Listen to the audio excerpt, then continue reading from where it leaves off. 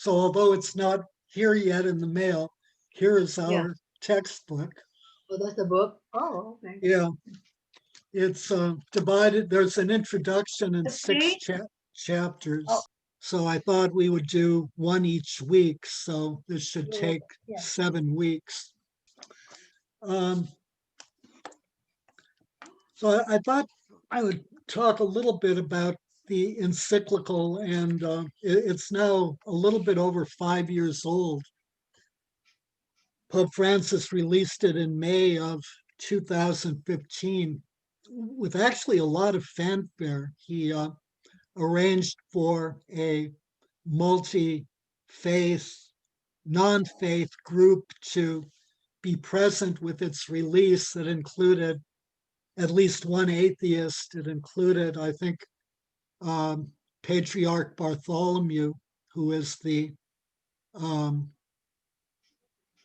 the Patriarch of Constantinople.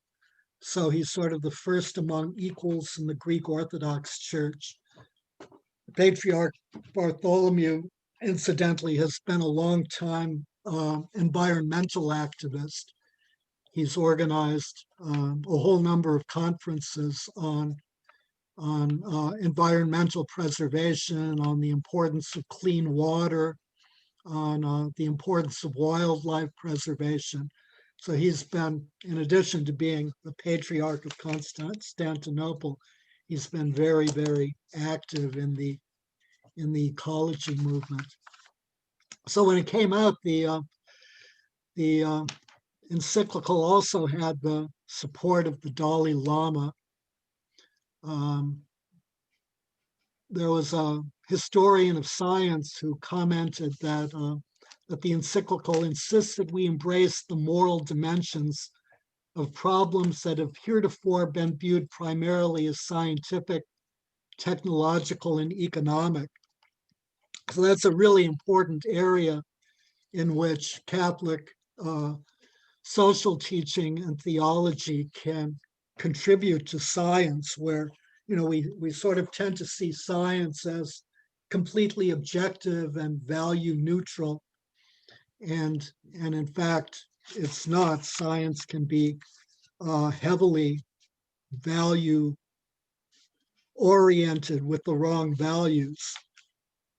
Science can be sort of heavily anti-human, or can heavily focus on maximizing profits and minimizing human life, or maximizing deaths and minimizing human life. Um, then the Well, encyclical that's was not really also an ethical, not what? really an ethical way of looking at it then.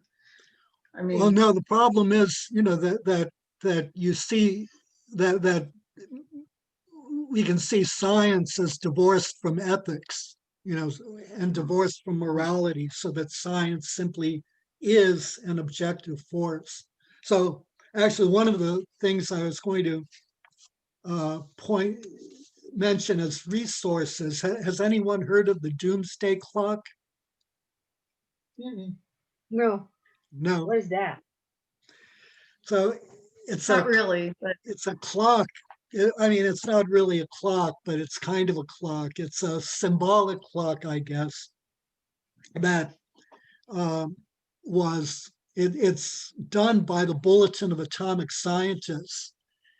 The Bulletin of Atomic Scientists is an organization that started uh, by the scientists who participated in the Manhattan Project and the development of the atomic bomb and the development of nuclear weapons.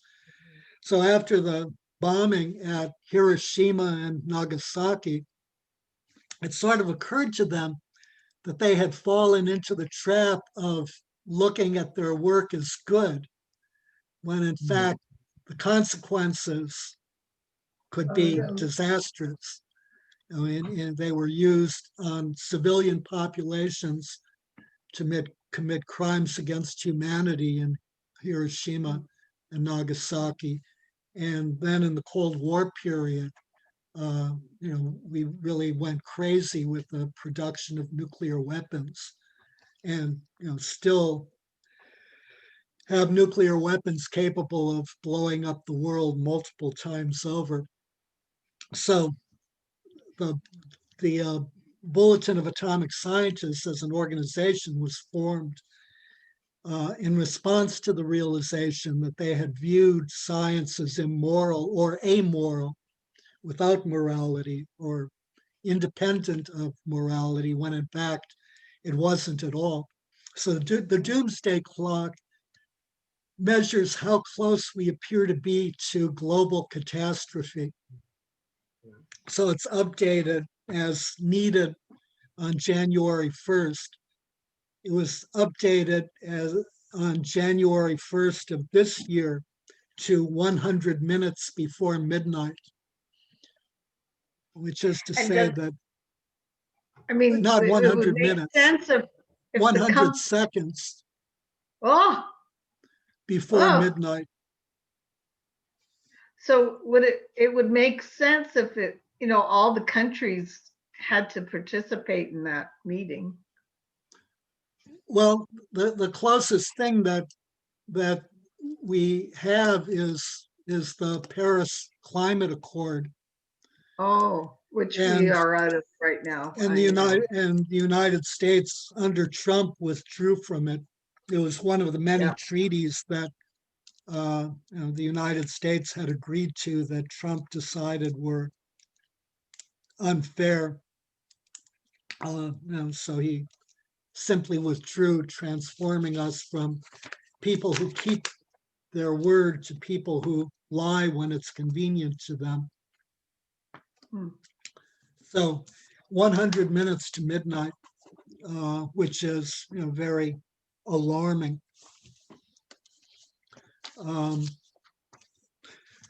So the alarming is also reflected in the critique of the Holy Father's encyclical, which was also, in addition to being very well received by particularly mainline Protestant churches and by many Catholics, was not well received by very many conservative and traditionalist Catholics, and was not at all well received by evangelical Protestants. So one of the major Catholic critiques came from Cardinal Pell. Does anyone know who he is? I've heard of his name mentioned. He's an Australian cardinal who was tried and found guilty of sex crimes against children, and his I thought they determined that wasn't true. it was reversed by the Australian Supreme Court, but the Australian in Australia, evidently the criteria for the Supreme Court judging cases is very different than at least in the United States. So here, for example, you can't overrule a jury's verdict. You can't, for example, say that the jury made the wrong decision. This person was innocent when they found him guilty.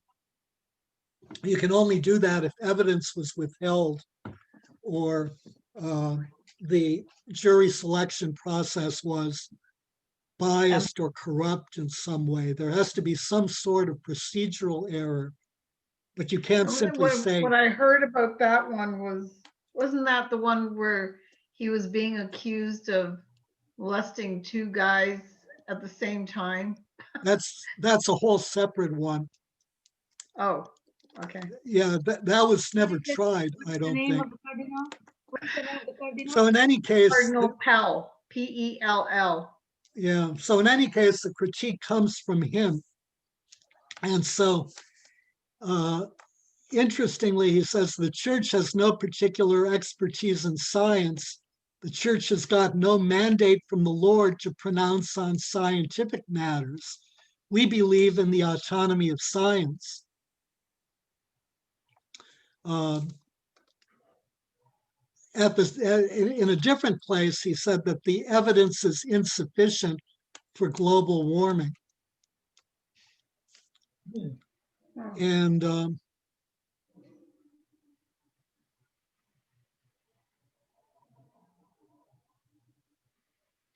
And then he argued radical environmentalists are more than up to the task of moralizing their own agenda and imposing it on people through fear. They don't need church leaders to help them with this, although it is a very effective way of further muting Christian witness. So, his critique says that science and church are separate, that there's insufficient evidence, which tends to contradict this. And then there's, the blaming it on radical environmentalists, which has become, a familiar theme in our own day, where fairly moderate Democrats have now become spokespeople of communists and socialists, of communism and socialism. So there's this whole view, the general critique of the Pope's encyclical is based on the belief that he, or the critique that he overstepped his bounds, that he interfered in science when he has no business doing that, on the one hand. And on the other hand, that the evidence is not compelling, that there's no definitive proof that the climate, that our Earth is changing profoundly, and that those changes are caused by human activity. And then finally, among evangelical Christians, there's a belief that in guaranteeing Noah that he would not bring another flood and would not destroy the earth, that God has made us immune from these kinds of things, and God will not destroy the earth. Now, there is something though, Ron, isn't there like a pattern that the earth goes through? I mean, there is natural changing also, right? There are natural changes. In some ways, the hard thing is to determine between the two. to determine.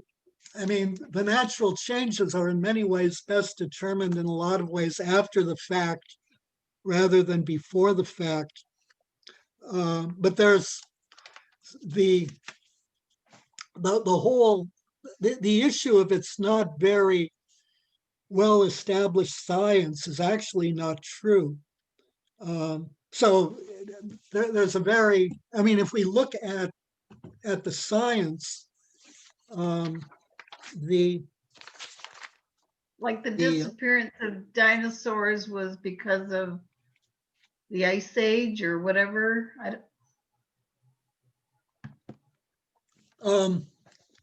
That's sort of the general consensus, although I mean, there I just don't know particularly. There was kind of a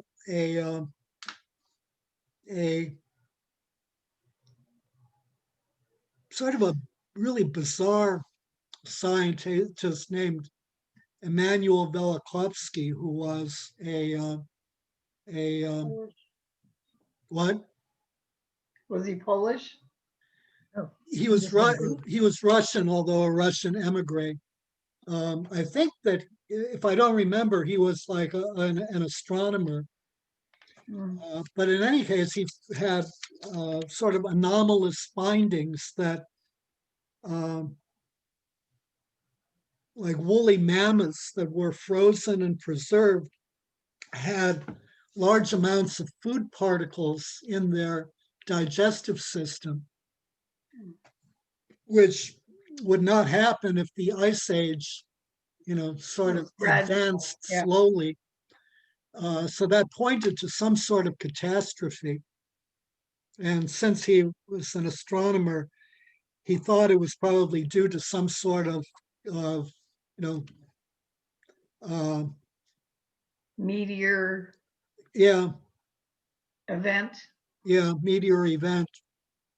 He thought possibly Mars, one of the two planets coming close to Earth and disturbing its orbit. Mm. But I mean, I think that's speculative. And but in terms of climate science, the existence of the greenhouse effect, which is one of the major factors in climate change, that the emission of carbon dioxide and a number of other gases allow radiation from the sun to enter, but don't allow it to dissipate or leave. So that the result is the greenhouse effect, which is a warming of the Earth's surface unnaturally. That was actually discovered in 1824. So it's 200 years old. Yeah, Um, and we didn't do anything was- about it. It was further refined in 1860 by a scientist named John Tyndall. And then in 1896, a scientist named Svante Arrhenius showed that burning coal does cause global warming. Then in 1938, a scientist named Guy Stewart Callender found that global warming was already happening. So when was the black hole discovered? That I don't know. The one over Australia, right? Oh, yeah, that's that what is that called? That's not a black hole. That's Oh, right. It's a hole in the ozone right. layer. It's a hole in the ozone. Yeah. Yeah. That's fairly recent. Yeah, in the last 40 years at least. Actually, I have it here, 1985. Okay. I wasn't too far off. No. In 1957, a scientist named Roger Revelle said that burning fossil fuels is a grandiose scientific experiment on the climate, likely to have fatal consequences. In 1979, there was something called the Charney Report, which argued that substantial global warming is already underway, and that a wait and see attitude may mean waiting until it's too late. In 1966, there was an organization called Bituminous Coal Research Incorporated, which obviously is a coal industry research organization. But it warned that if prevailing trends of coal consumption continued, the temperature of the Earth's atmosphere will increase and vast changes in the climates of the Earth will result.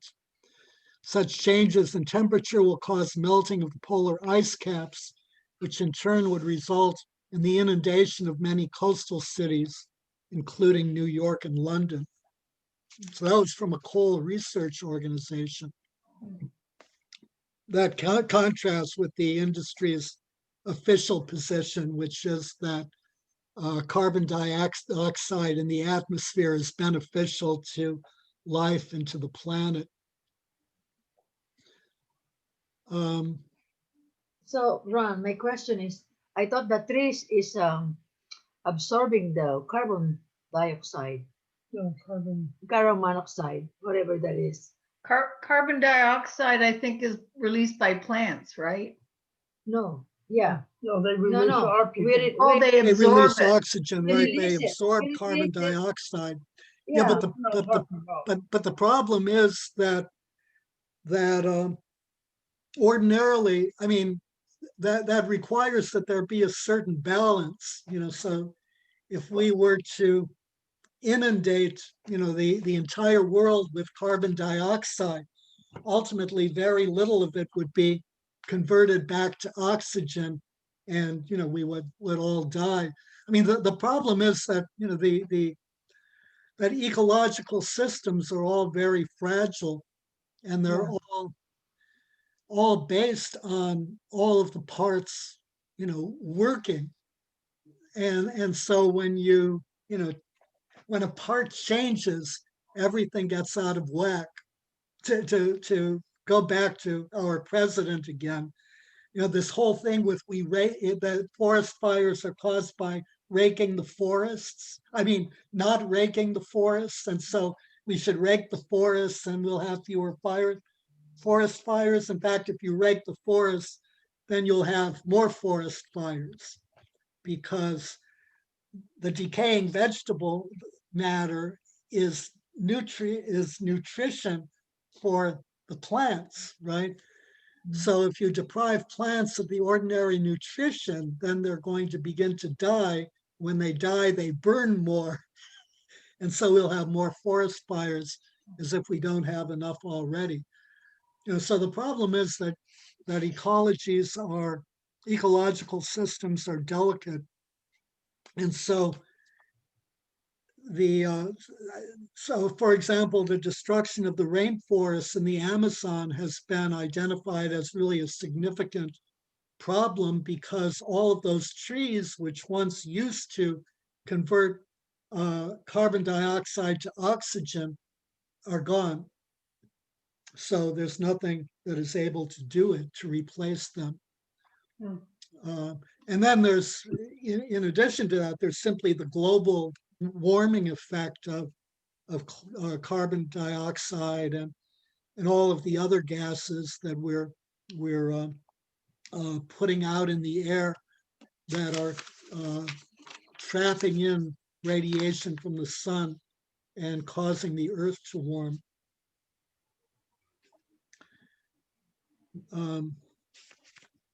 So the contrary to sort of view that climate change is not a proven science, it became there was extensive research in the 70s and 80s, and by the late 80s, there was a really broad consensus that indeed the the climate is changing, the earth is warming, that human activity was likely the primary cause. And then we'd reached a point where there was really no justification of skepticism.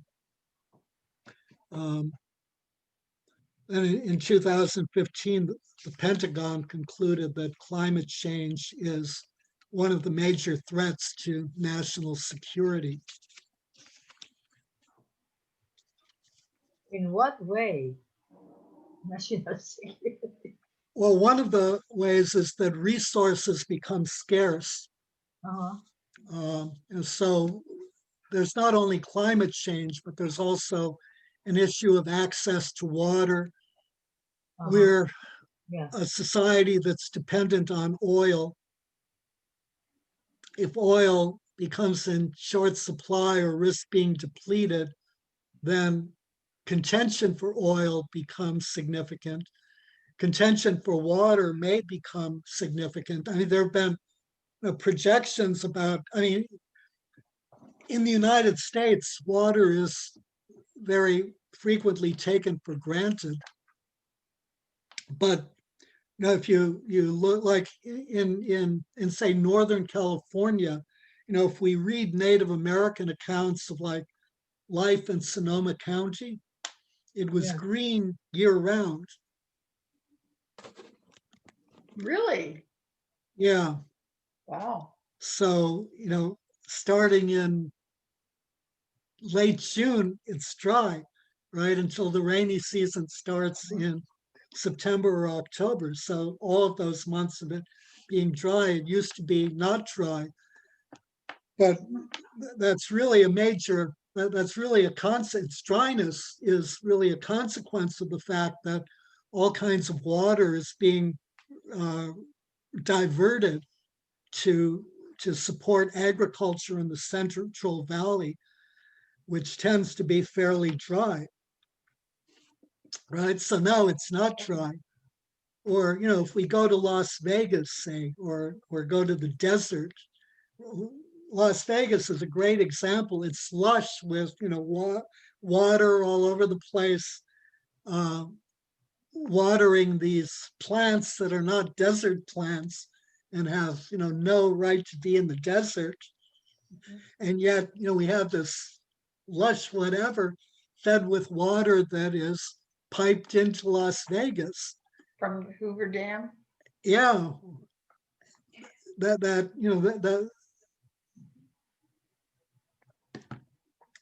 when you destroy ecosystems, there are consequences.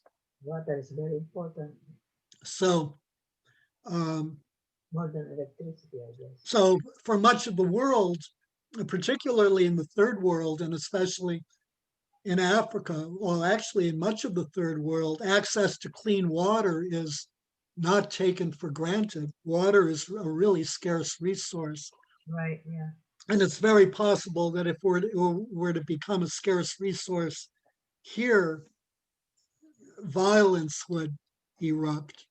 And you can easily see, I mean, here in Duval, people have threatened to kill their neighbors when their dog goes on the lawn or poison the dog or whatever. You can imagine what they'll do if they don't have enough water to water their lawn. We are, after all, a nation that has our priorities in order. A good lawn is probably the most important thing.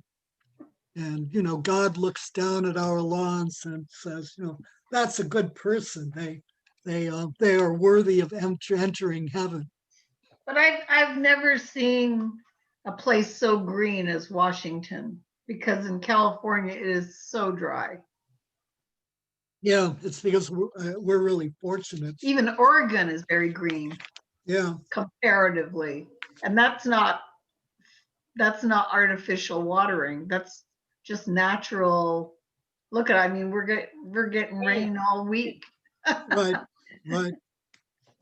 Yeah. But I mean, we've been fortunate. We both are fortunate that we have an abundance of water and that the abundance of water hasn't been taken away. yeah, because sprinkler systems aren't a big thing up here because they're so naturally, I mean, they naturally get the wet weather. Right. Yeah. Yeah. Yeah. I mean, I was using the grass as an example because one of the neighbors threatened to kill animals and children if they, Kidding.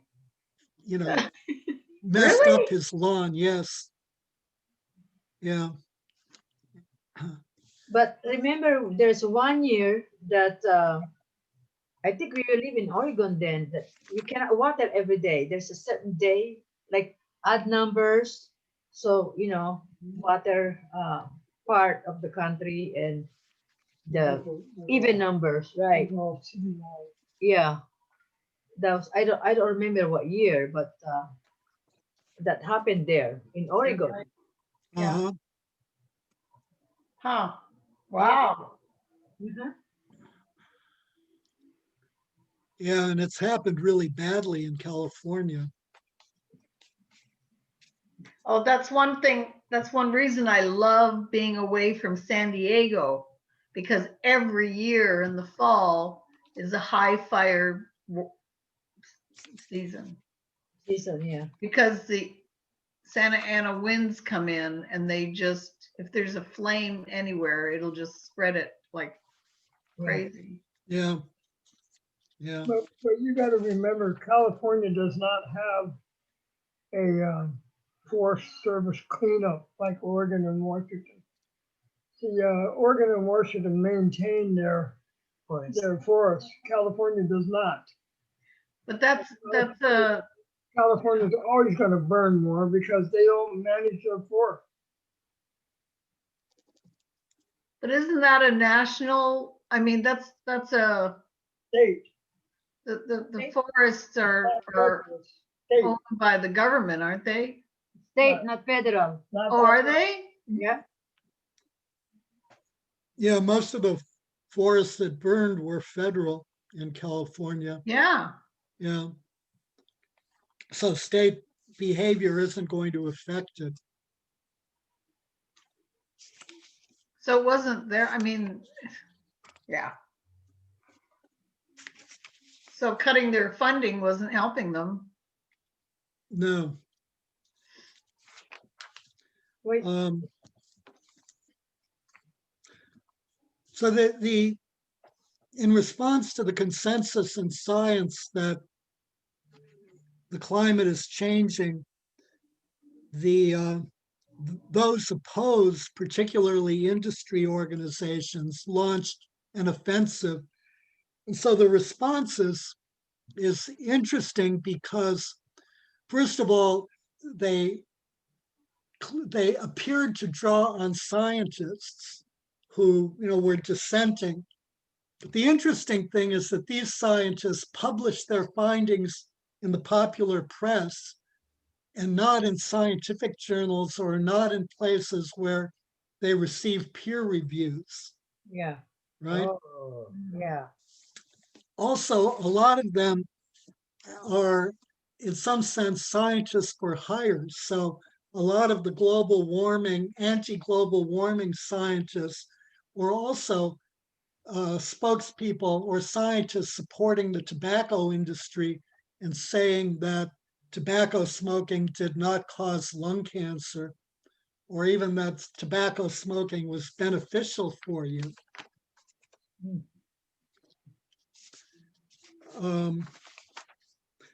So So is there's a that because federal clamped down on them? Is that why they finally admitted it? Or because of all the legal suits? Yeah, I think they admitted it because of the legal suits. I don't think that there was, I don't know of any ultimately federal This country is legal Federal legal action. happy. Yeah. Gee. So there's a general, so there's a close association with industrial interests, and particularly the fossil fuel lobby. There's a particular association with those supporting conservative economic policies. So laissez-faire, let the market do whatever it will. And there's a really close association with right-wing think tanks. And then, so rhetoric is used to give the appearance of a scientific controversy when in fact there is none and none exists. So there's a general pattern that is followed. It's true of the tobacco industry. It's true of, I read an article today about chiropractors attacking the polio vaccine.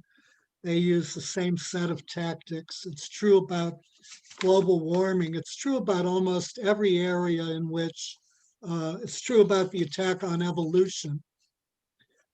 So it's a general pattern that first you doubt the science. So you create the appearance of a legitimate debate where there is none.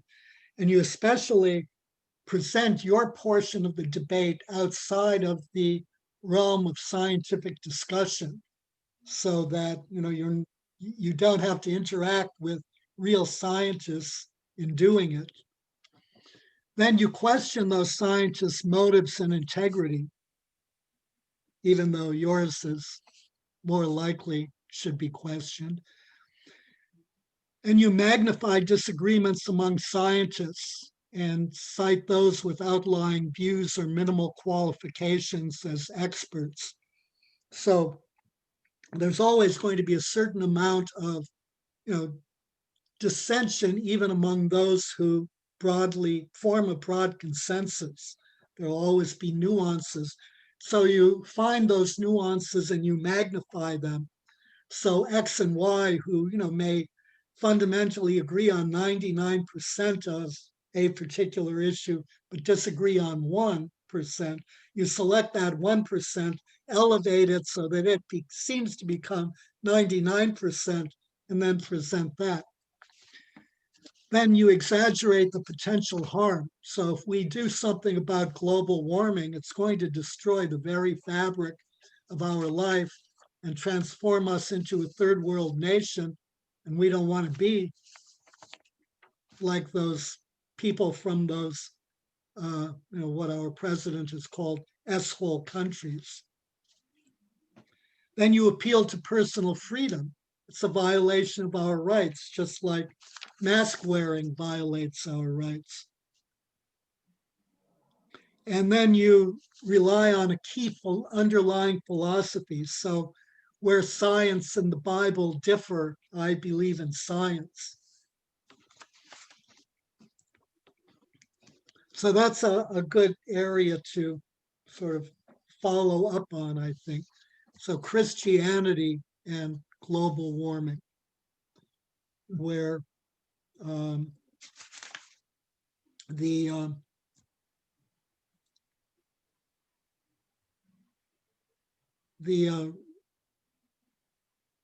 relationship between Christianity and belief that the earth is warming is really sort of an interesting one. So Is this the first encyclical on global warming? yes. There was I think, was it a while, at some point, we, in one of the classes, we talked about the Pew Research Institute, didn't we? Yeah, we did, I've heard, yeah, I in remember hearing about that. in the So creed. before the Pope wrote this, he probably did a lot of research or hired scientists to do some research. How I'm did he sorry, know all of this what, information? Connie? I said before he wrote this book, the encyclical, he must have done a lot of research, right?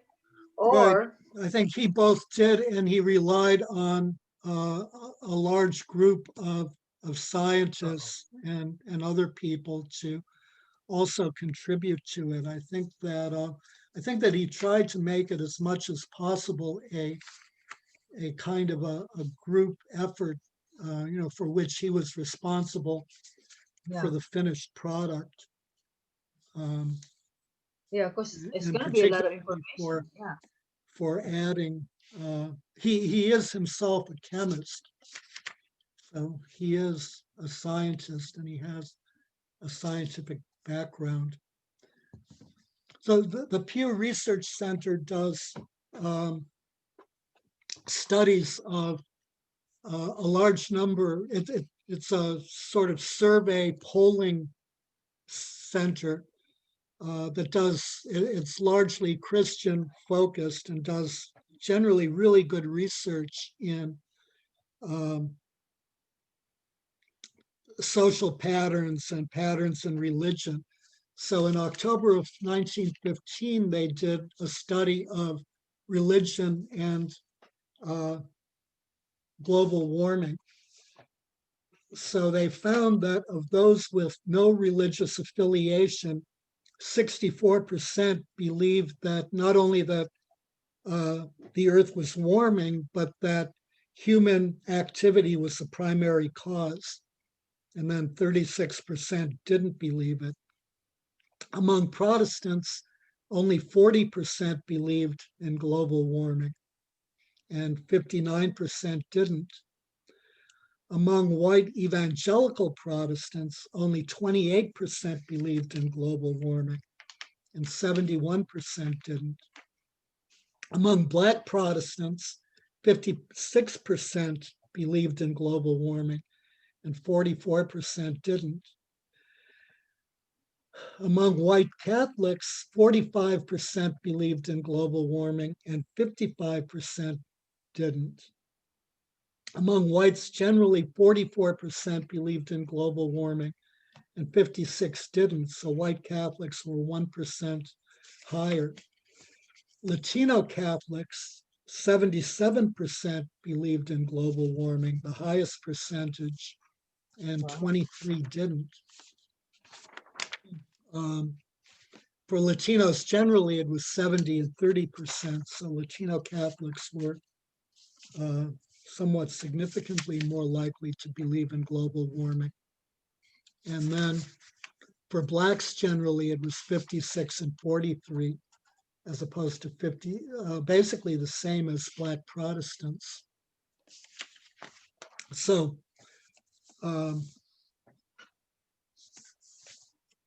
Christianity particularly, and particularly evangelical Protestantism,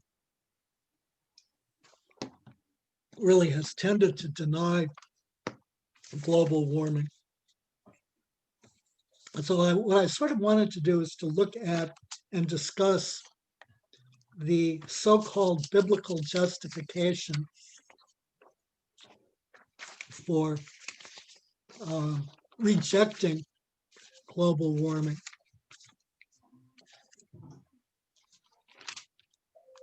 Does everyone have their Bible? So what reading we're looking at? What part? Genesis. Start with Genesis chapter 1, Okay. verse 26. Okay. Then God said, "Let us make man in our image, after our likeness, and let them have dominion over the fish of the sea, and over the birds of the air, and over the cattle, and over all the earth, and over every creeping thing that creeps upon the earth." So God created man in his own image. In the image of God, he created him. Male and female, he created them. And God blessed them, and God said to them, "Be fruitful and multiply, and fill the earth and subdue it, and have dominion over the fish of the sea, and over the birds of the air, and over every living thing that moves upon the earth." We can stop there. You notice that dominion is used twice, Yeah. and the earth is to be filled and subdued. So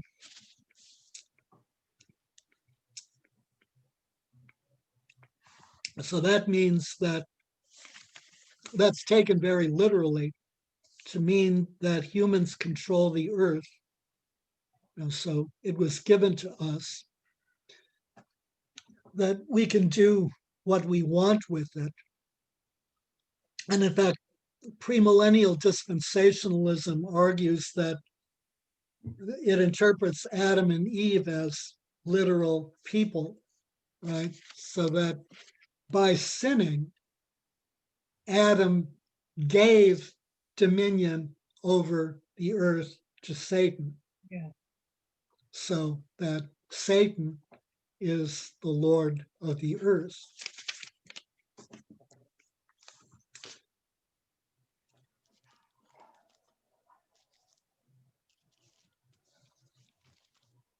So only man here is designated as having been made in God's image, and man was given dominion. I had to turn the oven off. Remember, there's a second creation story in chapter 2 of Genesis, which begins in chapter 2, verse 4. Okay. The Yeah. creation of man is in chapter 2, verse 15. Mm-hmm.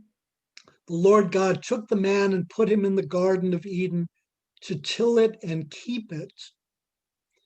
The Lord God commanded the man, saying, you may freely eat of every tree of the garden, but of the tree of the knowledge of good and evil you shall not eat. For in the day that you shall eat of it, you shall die. So you notice there's no dominion here. It's to keep and till, which is much more limited. And then there's also a restriction. You can eat of the tree of the fruit of knowledge of good and evil. You can eat of the tree of the knowledge of good and evil. Yeah, right. You can eat of the fruit of any tree, but of the tree of the knowledge of good and evil, Yeah. right? Mhm. So the grant is not unconditional there.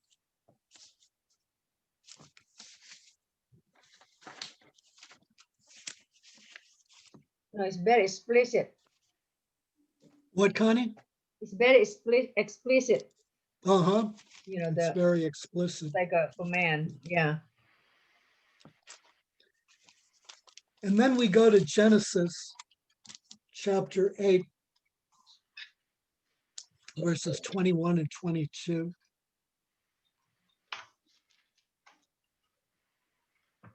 Okay. 21, 22. Okay. Here you go. Right. Yeah. Okay, so this is after the flood. Then in verse 20, then Noah built an altar to the Lord and took of every clean animal and of every clean bird and offered burnt offerings on the altar. And when the Lord smelled the pleasing odor, the Lord said in his heart, I will never again curse the ground because of man, for the imagination of man's heart is evil from his youth. Neither will I ever again destroy every living creature as I have done. While the earth remains, seed time and harvest, cold and heat, summer and winter, day and night shall not cease. So God has promised never to destroy the earth again. So we're safe. Yeah, really. What's wrong? What's wrong with this analysis? Well, because it says by water, right? It doesn't mean it won't be destroyed by fire or some other thing. Yeah, although He what, didn't say he wouldn't destroy the earth again. He said he would never flood the earth again, right? right, So that doesn't mean you can't burn it or freeze it. right, if you take it literally. But a bigger question is, does God saying that he won't destroy the earth prevent us from doing it ourselves? Okay. And if we do it ourselves, are we exempt? Is God going to miraculously bail us out and rescue us? Yeah, I think it's on us. So, if we cause the sea levels to rise, is God going to Intervene. push Yeah. them back down? So do we know that the arsenals that all these countries have, do we know that that's adequate to destroy Earth as we know it? Because the Earth has been here for billions of years. So maybe man can destroy mankind, but not necessarily the ground upon which they live. Uh-huh. Yeah, that's true. Although with enough nuclear weapons, who knows what we can destroy, sadly. But for all practical, I mean, from our point of view, if we're gone, Yeah. Right. everything else is either not gone or is gone, but it doesn't really matter because we're gone. Who fire first? Whoever fire first. Then. Yeah, Not that Yeah. once somebody fires, everybody's gonna fire. Yeah. I know. And that's what's gonna happen. Everything's gonna get destroyed. yeah. Everybody's gonna retaliate. So why? So given that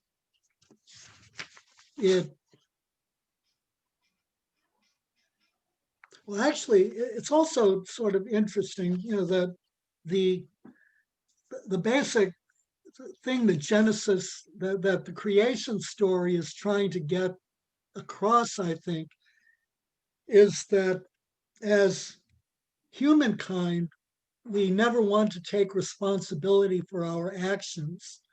Right? So, not supposed to eat the fruit. Yeah, exactly. Right? So, Adam eats the fruit, and God asks him why, and he says, "She made me do it. It He blames wasn't somebody me. else. Yeah. I'm innocent. I didn't do it, and she did it." And then he asks the woman, "The snake made me do it. Right? The snake made her do it, right? Yeah, snakes really make you do stuff like The that. blame is passed along to. And the snake has no defense. Snakes are only snakes. They don't force people to do anything. So nobody wants to take any responsibility. I mean, it's sort of like the murder of Abel, when Cain says, how do I know where he is? Am I my brother's keeper? Well, yes, he is his brother's keeper, and he knows where he is, and he wants to take no responsibility. So there's this theme of no responsibility. And so the irony is that this so-called biblical justification rests on a refusal to take responsibility. So God is not going to destroy the earth, which is being destroyed by our actions, and we have nothing to worry about because God won't do it, but we don't have to take any responsibility. So what is the underlying issue here that drives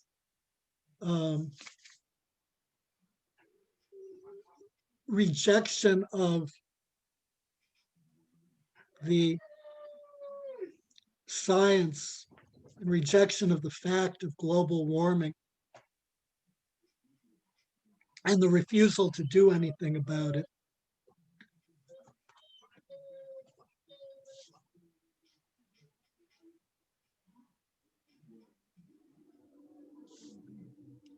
Does anyone have ideas?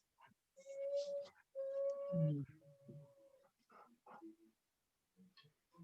I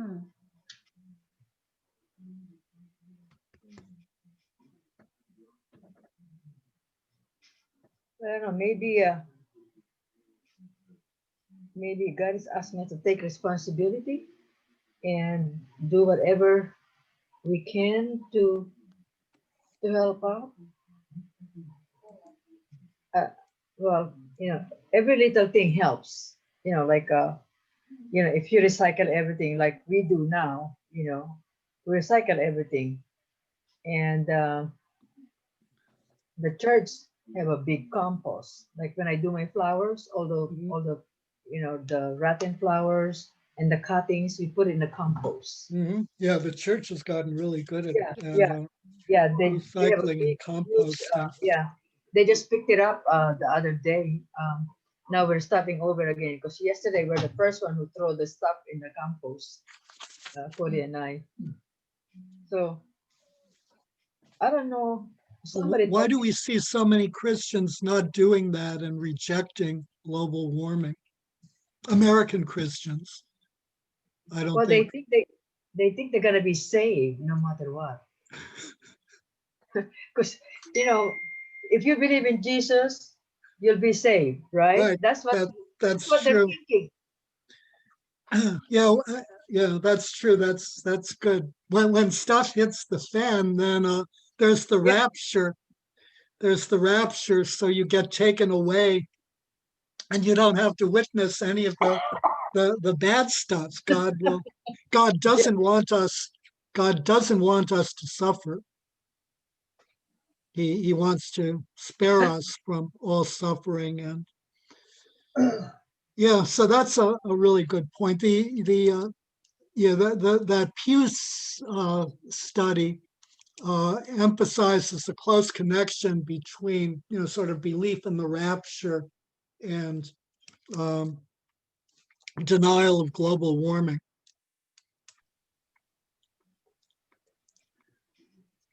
Is there Now, anything? in my area, they don't, in my area, actually in Bothell here, we don't have a compost collection. Yeah, In Kirkland we do, yeah, but not in Bothell. yeah. When I was in Kirkland in my apartment on 132nd Street, we had neither recycling nor compost. That was not good at all. We have in our park, we live in the 55 and over. We have that. We have compost, a big bin. Yeah, Yeah, Great. yeah, yeah. We Yard have we Yeah. have compost and recycling here. yeah. And we have recycle. We have big bin, and the big truck, the waste management. Recycling we pick it up. do. Recycling we do, but we don't have composting. Yeah, we have that. We have that over here in the park. The city of Boston doesn't, Yeah, the city of Battle doesn't, but I don't know. our garbage is private.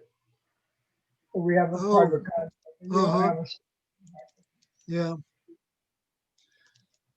So in terms of responsibility, in some ways, climate change is made in America. We have 4% of the global population, and we've contributed about 27% of the excess carbon dioxide currently in the atmosphere. And our current contribution is about 14.75% toward global warming. Much of it now comes from China, but a lot of that is industrial activity for importation or exportation to the United States. So, as consumers, we have our hands in a great deal of the activity that is responsible for global warming. So, so taking responsibility would require recognizing that as Americans, we're the primary source of the problem, which is not something people typically don't like to identify themselves as primary sources of any problem. And So the number one source worldwide is automobiles. Automobiles, Yeah. and we have Especially the old ones. so especially gas- the old ones. All the black stuff coming out of those. Oh my gosh. Yeah, vehicle that burns gasoline is contributing. Any vehicle that burns gasoline. and all, yeah, We don't have age and lawnmowers in California, no gasoline lawnmowers because they contribute so much to the global warming. uh-huh. So, that's why they're going electric. Because I would imagine not in our lifetime, but by 2050, there won't be any gasoline automobiles worldwide. Mm. Yeah. Yeah. It's not only it's also that it's not even everyone has to have, everyone has to have an automobile, and every member of the family has to have an automobile. And, it's just sort of, and we've, in many cases, de-emphasized public transportation in favor of automobiles. So that's really crazy. It's convenience. convenience, right? There's also the effects we'll see when we're reading the Holy Father's encyclical. The effects of global warming will be most felt initially until we get to a very late stage by the poor and the marginalized, particularly in the third world. And so white evangelical Christianity, to put it mildly, is more than a little bit racist. So fundamentally, who cares? If it affects third world peoples, so what? Doesn't matter. It's not us, it's them. I think that's a very real, sort of underlying thought. I mean, I think it's, I think it's, I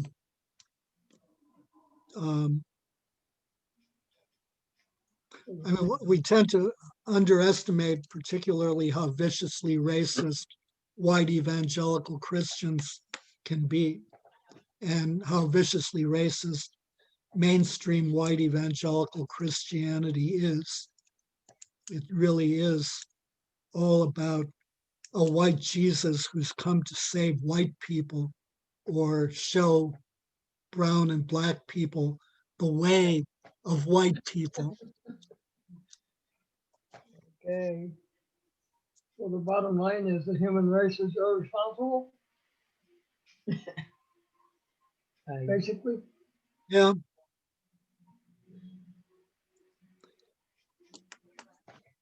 And then the really big thing is we have to give up something. We have to do something.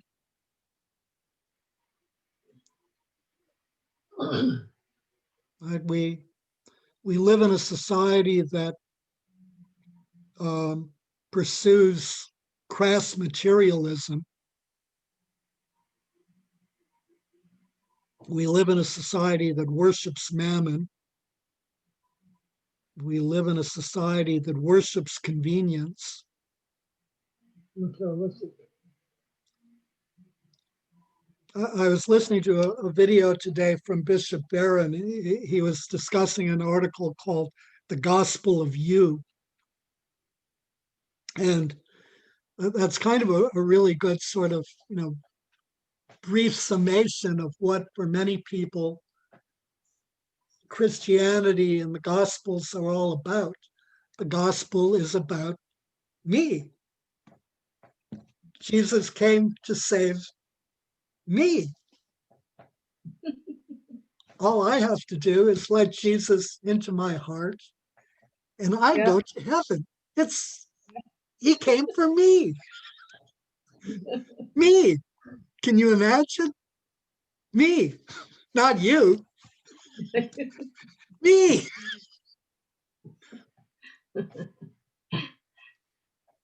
I know when we were studying different churches, that's what they always say. Okay, if you believe in Jesus, you'll be saved. You don't have to do anything. Jeez. Right. You don't have to do anything. Just Yeah. let believe. Jesus into your heart.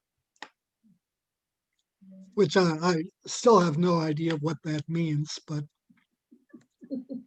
When somebody says that, how do we even know that they've really done that? what, Cody? When somebody says, I took Jesus into my heart, how do we even know they really did that?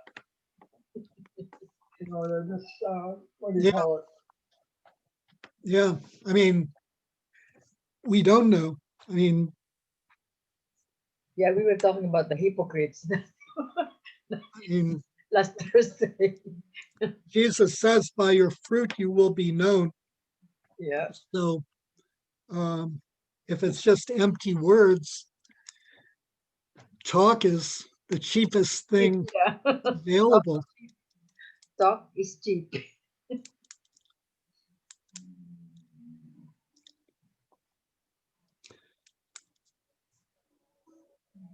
My brother asked me a question today. Tillamook doesn't have any COVID. The city of Tillamook and that surrounding area. And my brother asked me, well, do you guys really believe that in this COVID thing? Do you really believe this? And I said, well, people are dying like flies. So I said, you kind of have to believe it, I Uh-huh. mean, we've only got 250,000 people dead in this country since March, which is more than the Vietnam War and other wars combined. Yeah. Way more than 9/11 or Pearl Harbor. Oh, wait. Yeah. But Yeah. I can't believe that that question even comes up. Well, actually, that's another thing, that also is true of global warming. So there are no cases in Tillamook. Tillamook is the world. So Yeah. therefore, there must be no cases in the world. The same thing is true with global warming. Like, I heard somebody say, well, it's really snowing in South Dakota now, and they say there's no global warming. So, Yeah. you take an observable phenomenon in one area, one limited area of the world, and you project it and draw a conclusion from it. Yeah. Whereas, statistics have to be I asked drawn Mr. from Wayne over a that. much longer period of time, over a much larger area, affecting far more people or far more places than one place. You can't. So because there are no cases in Tillamook doesn't prove anything. It just proves that Tillamook has been very fortunate. And it's probably not even simply isolation because, like my home county is just, I would say, stricken with both a lot of cases and a high death rate. Yeah. course. And it's the deep boonies. It's much more isolated than Tillamook. I mean, this is really isolated. This is isolated.